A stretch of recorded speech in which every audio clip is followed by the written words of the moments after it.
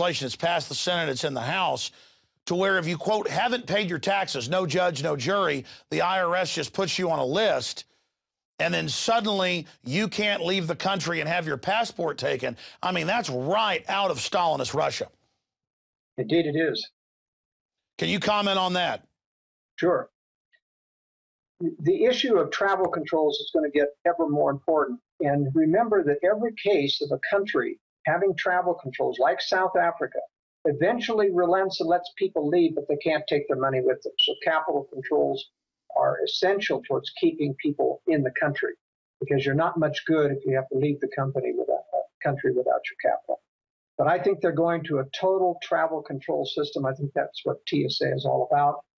And that's why I concentrate on strategic relocation relative to North America, because once you do get out of the country, you may not be able to get back in as well. And I happen to believe that most people are going to be able to survive in this country through strategic relocation rather than foreign.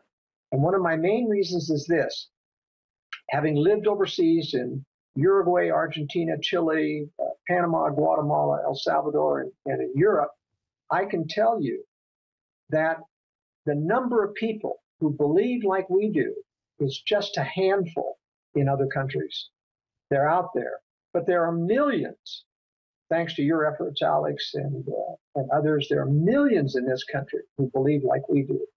And the ability to band together and find protection and find safe places with like-minded people is much greater, perhaps 100 times greater here than in other countries. And ultimately, it's going to be that combination of being able to blend in because you speak the language, you're native, to be able to hide by blending in, and having like-minded people who can front for you if you have such a total control system that you have to be underground and have other people front above ground for you.